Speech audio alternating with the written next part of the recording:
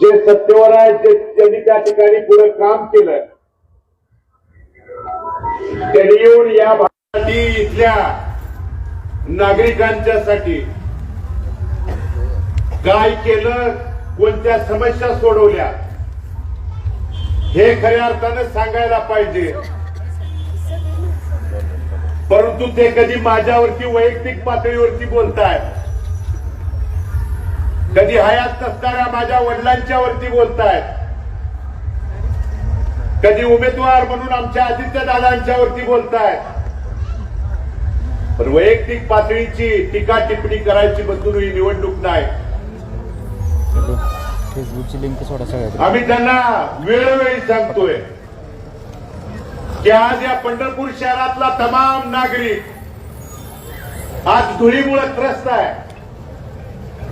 या कुठल्याही प्रभागात जावा, गल्लीत जावा, भागात जावा, धुळीमुळे जे आमच्या लहान मुला मुलींच्या वरती आरोग्यावरती जो होणारा परिणाम आहे, आमच्या भागातल्या नागरिकांच्या वरती, वयस्कर मंडळींच्या वरती श्वसनाचे जे होणारे त्रास आहे, या त्रासावरती, आजारावरती तुम्ही बोलायला तयार नाही. कोणत्याही भागात जावा, आज जर रस्त्याची जर परिस्थिती बघितली तर गुडघ्या गुडघ्या एवढे खड्डे आहेत. तुम्ही खड्ड्यावरती त्या ठिकाणी बोलायला तयार नाही. मग तुम्ही खड्ड्यावरती जर बोलायला तयार नसाल तर याच प्रभागातले जे निवडून गेलेले दोन गेल्या पंचवार्षिकचे उमेदवार जे स्वतः ठेकेदार आहे म्हणून कबूल करतात, मग जर तुमचे ठेकेदार नगरसेवक असतील तर तुमच्या प्रभागातल्या गल्लीबोळातल्या भागातले रस्ते ते कशा पद्धतीनं चांगल्या पद्धतीनं करू शकतात का, ही विचार करायला लावणारी उद्याची निवडणूक आहे. मग टक्केवारी, मक्तेदारी, ठेकेदारी जर तुम्ही निवडून देणारा प्रभागाचा नगरसेवक सेवक म्हणून काम करायला पाहिजे, तोच जर ठेकेदार आणि टक्केवारी घेत बसला तर तुमच्या भागाच्या समस्या सुटणार आहेत का हे तपासणारी उद्याची निवडणूक आहे. त्या सत्ताधाऱ्यांनी खऱ्या अर्थानं आमच्या पिण्याच्या पाण्यावरती बोलायला पाहिजे होतं. आज या शहरातल्या प्रत्येक भागात महिला मिश्रित, त्या ठिकाणी विष्ठा मिश्रित पाणी आम्हाला पिण्यासाठी दिलं जातं. कितीतरी भागातल्या नागरिकांनी पाण्यात आळ्या सापडलेल्या बाटल्यामध्ये घेऊन नगरपालिकेवरती त्या ठिकाणी आरोप किंवा नगरपालिकेवरती आंदोलन करणं केल्याचं आपण बघितलं. तर या नगरपालिकेच्या प्रशासनामध्ये जरा देखील बदल त्या ठिकाणी झाला नाही. आमच्या नगरपालिकेच्या शाळांची परिस्थिती तुम्ही सांगायला पाहिजे होती. काय परिस्थिती आहे? वर्षानुवर्ष द्या, तुमच्याकडे 40-40 वर्ष सत्ता आहे. नगरपालिकेच्या शाळांची दुरवस्था तुम्ही जाणून बुजून दुर्लक्ष करताय का? नगरपालिकेच्या शाळा चांगल्या झाल्या, चांगली आमच्या सर्वसामान्य नागरिकांची मुलं मुली शिकल्या तर तुमची कर्मयोगी शाळा कशी चालणार ही तुम्हाला त्या ठिकाणी भीती आहे. म्हणून आपली शाळा चालण्यासाठी आमच्या सार्वजनिक शाळा बंद पाडण्याचं पाप गेल्या अनेक वर्षापासून त्या ठिकाणी राजरोसपणे सुरू आहे. ते बंद करणारी उद्याची बंधून ही निवडणूक आहे.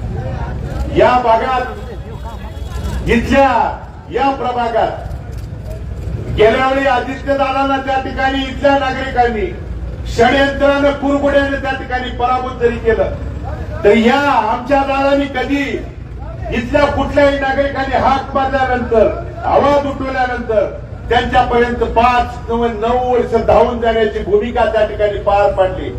आता दुसरे ठेकेदार आणि मक्तेदार जे लोक आहेत, 2021 नंतर तर मी भागाभागात ज्यावेळी जातो त्यावेळी नागरिक सांगितलं की आम्ही एखादी मग ट्रेनेची अडचण घेऊन गेल्यानंतर, रस्त्याची अडचण, पिण्याच्या पाण्याची अडचण सांगितल्यानंतर आमचा कार्यकाळ संपलाय म्हणून त्या ठिकाणी काय मंडळींनी सांगितलं.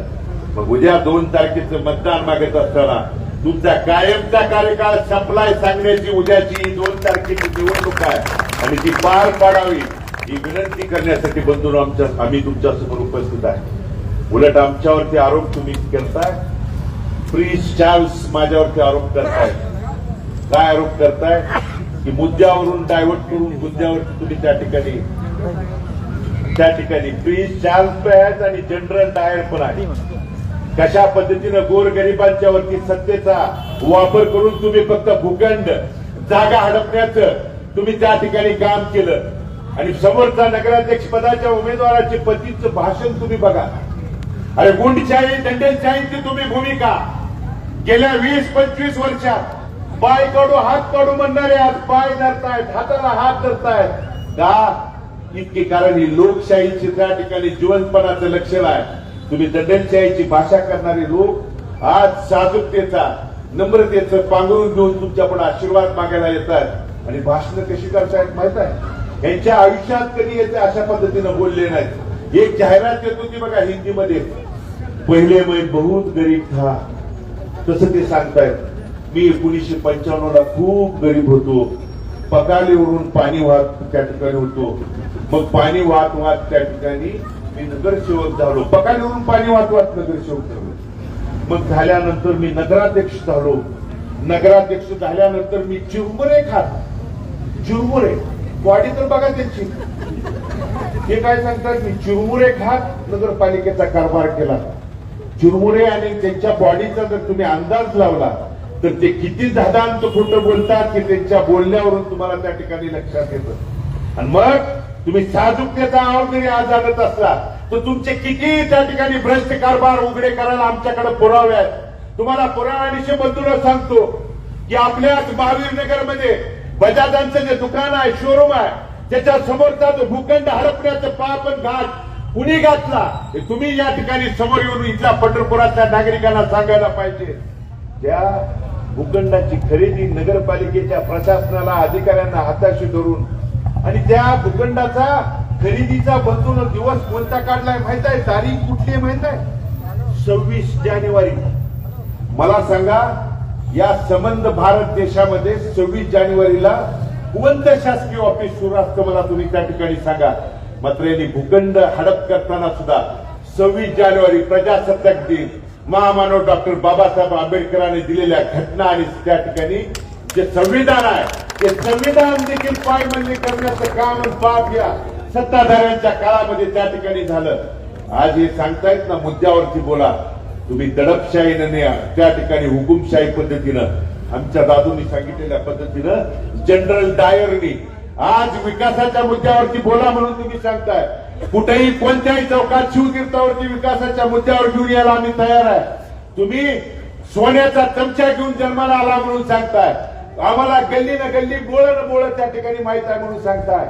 होय, तुम्हाला गल्लीनं गल्ली बोळं बोळ माहित आहे का? कुठल्या गल्ली बोळात त्या ठिकाणी एखादा ओपन स्पेस शिल्लक आहे का हे बघण्यासाठी तुम्ही गल्ली बोळामध्ये फिरलाय.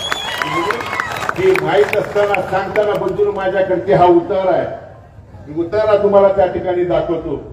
त्या उतारा जवळजवळ 13 हेक्टरचा हा उतारा आहे. या उतार्यामध्ये 13 हेक्टर म्हणजे तो 13 हेक्टर वरती एक ट्रस्ट आणि सर्वसामान्यांची नावं होती आणि त्या नावावरती नगरपालिकेच्या सत्तेचा गैरवापर करून धमकावून त्यांच्यावरती आरक्षण टाकतो म्हणून सांगून कवडी मोलानं त्या ठिकाणी खरेदी घेतली. मी पत्रकार बांधवांना देखील मगाच्या त्या ठिकाणी भाषणामध्ये आणि त्यांना ते त्या ठिकाणी कागद उतारा दाखवलाय. आणि तो उतारा कोणाच्या नावावर आहे बंधूंनो माहित आहे? तो ऋषिकेश उमेश परिचारक आणि प्रशांत परिचारकांच्या चिरंजीवांच्या नावावर 13 हेक्टरची जमीन कशी खरेदी केली तुम्ही नागरिकांना, तमाम इथल्या शहरातल्या नागरिकांना येऊन सांगायला पाहिजे. बंधूंनो, ही सत्ता कशासाठी यांना पाहिजे हे तुम्ही सांगितलं पाहिजे. ही सत्ता फक्त या बगल बच्चांना धरून दमदाटी हरिरेवाची भाषा करायची. कुणी तुमची मूलभूत समस्या तिथे घेऊन गेल्यानंतर का अरे तुरीची भाषा वापरायची आणि या ठिकाणी भूखंड असतील, जागा असतील, इथल्या ट्रस्टच्या जागा देखील बळकवण्याचं पाप आणि घाट. ज्या प्रभू श्रीरामाचं नाव तुम्ही त्या ठिकाणी सांगता, त्या प्रभू श्रीरामाच्या नावानं असणारी ट्रस्ट आहे, त्या ठिकाणी घाटावरची ती ट्रस्ट आहे श्रीरामाची. 9 गुंठे जागा देखील यांच्या कुटुंबाला हडप करण्याचं पाप आणि काम त्या ठिकाणी झालं. यावरती तुम्ही येऊन समोर येऊन बोलायला त्या ठिकाणी तयार नाही. आणखी 4 दिवस आहेत माझ्यावरती आरोप करताना आम्ही ठामपणे सांगितलं की नगराध्यक्ष पदाच्या उमेदवार या व्हिजनवर विकासाच्या मुद्द्यावर त्या ठिकाणी समोर येत आहेत. तुम्ही देखील तुमच्या नगराध्यक्ष पदाच्या उमेदवारांना समोर घेऊन या. त्या माझ्या आई समान मातेला जर बोलता येत नसेल तर त्यांचा वकील म्हणून तुम्ही कोणी या. त्या चौकामध्ये विकासावर आणि व्हिजनवरती डिबेट करा, बोला. तुम्ही 40 वर्षाच्या सत्तेमध्ये काय केलं सांगा. आणि काय केलं म्हणून जर सांगायला तुमच्याकडे मुद्दा नसेल तर तुम्ही माघार घ्या. आम्ही जो तुमच्यावर भ्रष्टाचार आरोपानिशी पुराव्यानिशी तुम्हाला दाखवू. आमच्याकडे केलेल्या आरोपाला पुरावा नसेल आणि आमच्याकडे पुरावा सिद्ध होत नसेल तर आम्ही त्या निवडणुकीतून माघार घेऊ म्हणून सांगितलं. परंतु आणखी ते समोर यायला बदलून तयार नाहीत. म्हणून ही चुकीच्या भूमिकेतून घेऊन जाण्याची भूमिका हे जर काही लोक करत असतील तर ह्या लोकांना खड्यासारखं बाजूला सारण्याची उद्याची 2 तारखेची निवडणूक आहे बटवलं.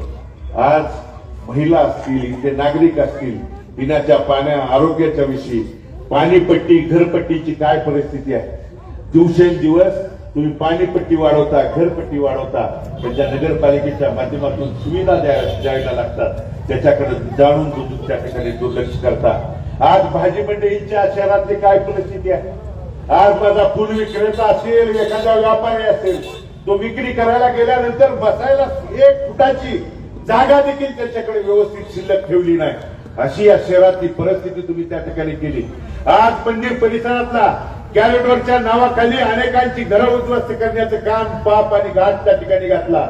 आमचे दादू त्या ठिकाणी आदित्य दादांनी तिथं देखील आवाज उठवण्याची भूमिका त्या ठिकाणी व्यक्त केली.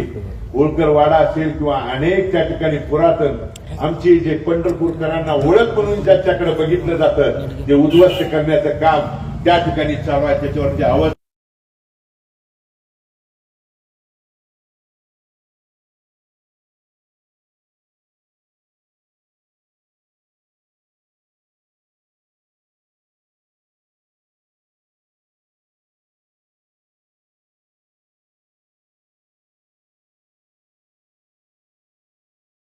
दादानी मला आणि बापूंना सांगितलं की ज्या तालुक्यात शहरात दंडेलशाही वेगळ्या वेगळ्या भूमिकेतून दबावाचं राजकारण करून ज्या बिनविरोध जागा करण्याचं पाप आणि घात त्या ठिकाणी होत असेल तर दादानी त्या ठिकाणी सांगितलं की मी माझ्या ओपन महिलेच्या ठिकाणी पत्नीला उभं करतो, परंतु यांच्या त्या दबावाला आम्ही त्या ठिकाणी बळी पडणार नाही म्हणून सांगितलं.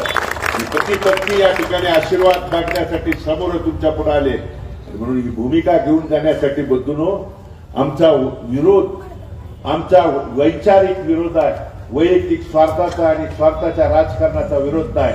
आमचं व्हिजन विकासाची भूमिका हेच आहे की स्वच्छ पंढरपूर, सुंदर पंढरपूर करण्याच्या बाबतीत धूळमुक्त पंढरपूर असेल, खड्डेमुक्त पंढरपूर असेल, इथल्या नागरिकांना पिण्याचं स्वच्छ पाणी असेल, इथला नगरसेवक आमचा ठेकेदार, गुत्तेदार, मक्तेदार, टक्केवारी घेणारा त्या ठिकाणी नसला पाहिजे.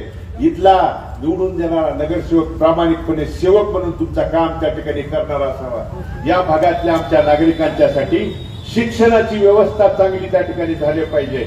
घरपट्टी, पाणीपट्टी त्या ठिकाणी त्या नियंत्रित करून आमच्या नागरिकांना दिलासा देण्याच्या बाबतीत असेल, मंडई असेल किंवा इथल्या माझ्या माता भगिनींना एखादी आज ब्रह्मांड नायक पांडुरंगाच्या नगरीनं नावानं दर्शनासाठी जगभरातून देशभरातून भाविक बंधू एकत्रित येतात, दर्शनाला येतात. मात्र स्टँडवरती किंवा रेल्वे स्टेशनवरती तो भाविक उतरल्यानंतर मंदिरापर्यंत पायी चालत असताना माझी एखादी माता भगिनी आली तर तिला मुतारीची सोय देखील इथल्या या शहरामध्ये त्या ठिकाणी नाही. म्हणून जर ही माता भगिनींच्यासाठी, इथल्या स्थानिकांच्यासाठी जर नगरपालिका ह्या एवढ्या मूलभूत सुविधा त्या ठिकाणी देऊ शकत नसेल तर का, कोणत्या तोंडानं तुम्ही त्या ठिकाणी पुढे येऊन हे लोक त्या ठिकाणी मत मागतायत. फक्त यांच्याकडे विकासाचे मुद्दे, विजन नसल्यामुळं याच हे जे जातीवादी सरकारच्या नावाखाली भूमिकेतून फक्त आपल्या आपल्या मनामध्ये विष कालवण्याचं पाप आणि काम त्या ठिकाणी केलं जातं. विकासाचा मुद्दा नसला की जातीपातीच्या राजकारणात आपल्याला अडकवायचं आणि वेगळ्या भूमिकेकडे घेऊन जाण्याची भूमिका उद्याच्या 2 तारखेपर्यंत होईल बंधूंनो. पण हे तीर्थक्षेत्र विकास आघाडीचा अजेंडाच आहे की सर्वसामान्य बहुजन समाजाला एकत्रित घेऊन गुन्ह्या गोविंदानं त्या ठिकाणी काम करायचं. आज तुम्ही सुसंस्कृतपणाचं, संस्काराची भाषा वापरता. एकीकडे माझ्यावरती टीका माझ्यावरती जरूर करा, पण माझ्या हयात नसणाऱ्या वडिलांच्यावरती देखील तुम्ही टीका करता. तुम्ही चुकलात, परंतु तुमच्यावरती टीका करणारे भरपूर मुद्दे आहेत, पण हयात नसणाऱ्या व्यक्तींच्यावरती टीका करू नये. माझ्या आई वडिलांचे, माझ्या कुटुंबाचे माझ्यावरती संस्कार आहेत. त्यामुळे तुम्ही जरी बोलला तरी आम्ही हयात नसणाऱ्या व्यक्तीवरती शब्द देखील काढणार नाही. हे पांडुरंगाच्या नगरीचे संस्कार आहेत. माझ्या वडिलांनी हयात नसणाऱ्या वडिलांनी काय केलं म्हणून सांगतात तर माझ्या वडिलांनी कधी गुंडगिरीला हुकुमशाहीला प्रवृत्तीला त्या ठिकाणी ज्या जवळपास देखील थारा दिला नाही. कधी सत्तेचा आमदारकीचा वापर करून कुठल्या गोरगरिबाला पोलीस प्रशासनाने विविध संस्थांच्या माध्यमातून डाक आणि त्या ठिकाणी अन्याय करायची वागणूक दिली नाही. नगरपालिकेच्या 2.5 वर्षाच्या काळामध्ये कधी सत्तेचा वापर करून त्या ठिकाणी आरक्षणाच्या नावाखाली कधी कुणाला दमदाटीची भाषा त्या ठिकाणी माझ्या वडिलांनी कधी केली नाही. बहुजन समाज गुन्ह्या गोविंदानं नांदण्यासाठी एकत्रित घेऊन जाण्यासाठी महापुरुषांचे महामानव डॉक्टर बाबासाहेब आंबेडकरांच्या पुतळ्याचं सुशोभीकरण तीर्थक्षेत्र विकास आघाडीतून झालं. ज्या क्रांतीसूर्य महात्मा ज्योतिबा फुले क्रांतीज्योती सावित्रीबाई फुले असतील ज्यांनी शिक्षणाची गंगा माझ्या मुलामुलापर्यंत घरात दारापर्यंत गोरगरिबांच्या झोपडीपर्यंत आणण्याचं काम त्या ठिकाणी केलं. त्या महापुरुषांचा पुतळा व्हावा प्रेरणा मिळावी म्हणून पुतळा व्हावा म्हणून अनेक वर्षाची मागणी होती. डोळे झाकपणे तुम्ही दुर्लक्ष करत होता. त्यावेळी भारतनाम्याच्या माध्यमातून तीर्थक्षेत्र विकास आघाडीच्या माध्यमातून क्रांतीसूर्य महात्मा ज्योतिबा फुलेंचा पुतळा त्या ठिकाणी पूर्णाकृती करण्याचं काम केलं. महामानव बाबासाहेबांचा असेल त्या ठिकाणी अण्णाभाऊ साठेंच्या पुतळ्याच्या बाबतीत असेल जिजाऊ साहेबांचा असेल छत्रपती शिवाजी महाराजांचा असेल अहिल्याबाई होळकरांच्या पुतळ्याचा असेल. पण तुम्ही जाणून बुजून त्या ठिकाणी अडचण आणायची एखादं काम करायला लागलं तर त्याच्या पायात पाय घालायचा प्रकार जो त्या ठिकाणी सुरू आहे. बदलून ही चुकीची माणसं जोपर्यंत बदलणार नाहीत तोपर्यंत मूलभूत गरजाला जर आपल्याला झगडावं लागलं असेल. एकीकडे आम्ही मूलभूत गरजा मागतोय आणि दुसरीकडे मात्र आम्हाला आंतरराष्ट्रीय शहर करू म्हणून राज्याचे जिल्ह्याचे पालकमंत्री आणि स्वतः ते नेते मंडळी सांगत असतील तर ही डोळे झाकपणे त्या ठिकाणी दिशाभूल करण्याचं काम जे करतायत ही मंडळी खड्यासारख्या बाजूला साधण्यासाठी तीर्थक्षेत्र विकास आघाडीच्या या रिक्षा चिन्हासमोरचं बटन दाबून भयमुक्त धूळमुक्त स्वच्छ पंढरपूर सुंदर पंढरपूर पिण्याच्या पाण्यासाठी त्या ठिकाणी योग्य पाणी पुरवठा करणारी पंढरपूर नगरपालिका म्हणून नावाजण्यासाठी आपण आशीर्वाद द्यावा. आपण दिलेल्या आशीर्वादाला आम्ही कधीच तीर्थक्षेत्र विकास आघाडीच्या निवडून दिलेले उमेदवार कधी त्या ठिकाणी तीळ मात्र देखील तुमच्या आशीर्वादाला तडा जाऊ देणार नाहीत. एवढंच अभिवचन